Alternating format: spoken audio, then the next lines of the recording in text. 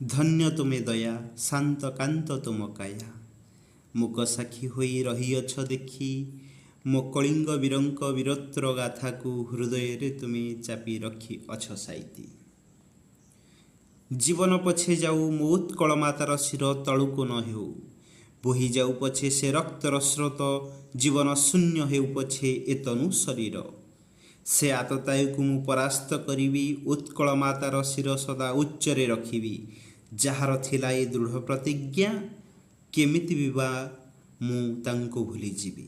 ବୋଲି ଶାନ୍ତିସ୍ତୂପ ଉପରକୁ ଆସୁଥିବା ତାର ରୂପକୁ ଦେଖୁଥିବା ନିତ୍ୟ ନୂଆ ଯାତ୍ରୀଙ୍କୁ ସତେ ଯେପରି ଜୀବନ୍ତ ସାଜି ବୀରତ୍ୱର ଗାଥାକୁ ଗାନ କଲା ଭଳି ପ୍ରତୀତ ହୁଏ ଏବଂ ଶାନ୍ତିସ୍ତୂପ ବି କୁହେ, ହଁ ମୁଁ ସେହି ଶାନ୍ତିସ୍ତୂପ, ଯେଉଁଠି ଥିଲା ଦିନେ ଅଶାନ୍ତର ରୂପ।